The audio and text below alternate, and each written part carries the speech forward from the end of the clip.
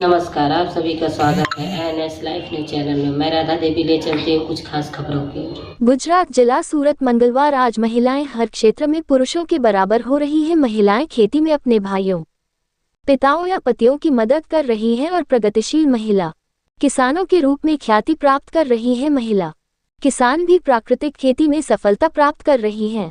सूरत जिले के महुआ तालुका के बरोदिया गांव की 44 वर्षीय आदिवासी महिला किसान सरलाबेन राठौड़ और उनकी 65 वर्षीय मां नयनाबेन इसका प्रमुख उदाहरण है, जो पिछले 3 वर्षों से गोबर की खाद और गोमूत्र का उपयोग करके प्राकृतिक रूप से केले और हल्दी की खेती करके उत्कृष्ट कृषि उत्पादन और आर्थिक लाभ प्राप्त कर रहे हैं। टिश्यू कल्चर केला योजना के तहत सरलाबेन को परियोजना प्रशासक कार्यालय मांडवी के माध्यम से 2.50 बीघा भूमि में 1500 टिश्यू कल्चर केला पौधे, 45 बैग शहरी खाद, 10 बैग यूरिया, 8 बैग पोटाश और अन्य कवकनाशी का लाभ मिला है। वे 1500 टिश्यू कल्चर केले के पौधों के माध्यम से केले की खेती करके आत्मनिर्भर बन गए हैं। सरलाबेन राठौड़ बताती हैं कि 2013 में उनके पिता की मृत्यु के बाद उन्होंने अपनी मां के साथ मिलकर खेती में रुचि लेनी शुरू की और धीरे धीरे उनकी भी खेती में रुचि बढ़ती गई। उन्होंने अपनी शिक्षण नौकरी छोड़ दी और खेती की ओर रुख किया। ऐसे में आत्मा परियोजना कार्यालय से प्राकृतिक खेती की जानकारी प्राप्त कर वह नवसारी कृषि विश्वविद्यालय में प्राकृतिक खेती शिविर में शामिल हुई। शिविर में गहन ज्ञान प्राप्त करने के बाद मैंने प्राकृतिक खेती करने का निर्णय लिया। शुरू में प्राकृतिक खेती करने वाले अन्य किसान हमारा मजाक उड़ाते थे और कहते थे हम महिलाएं हैं जो खेती करती हैं, महिलाएं घर पर ही बेहतर रहती हैं।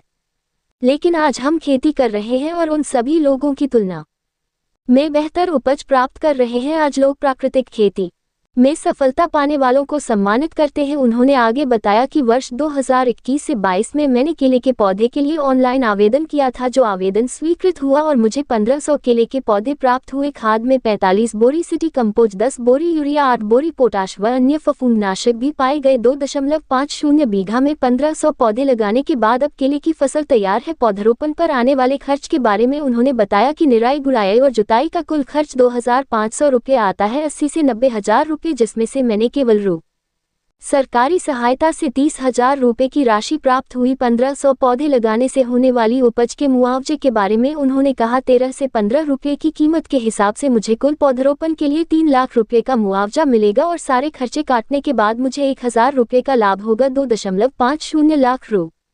उन्होंने कहा कि केले के साथ साथ हल्दी को भी अंतर फसल के रूप में लगाया गया है। हम हल्दी का मूल्य संवर्धन हल्दी पाउडर बनाकर करते हैं और इसे सोशल मीडिया के माध्यम से बेचते हैं। इससे प्रतिमाह 30,000 की आय हो रही है। अंत में उन्होंने सरकार से प्राप्त वित्तीय सहायता के बारे में बताया कि राज्य सरकार की विभिन्न किसान उन्मुखी योजनाओं के माध्यम से हम जैसे सीमांत किसान आर्थिक रूप से स्वतंत्र हुए हैं। रुपये की सहायता हल्दी पाउडर पीसने वाली पल्वराइजर मशीन पर 22,140 रुपये, पावर टिलर मशीन पर 32,250 रु, झटका मशीन पर 10,000 रु, प्रेशर पंप मशीन पर 8,000 रु।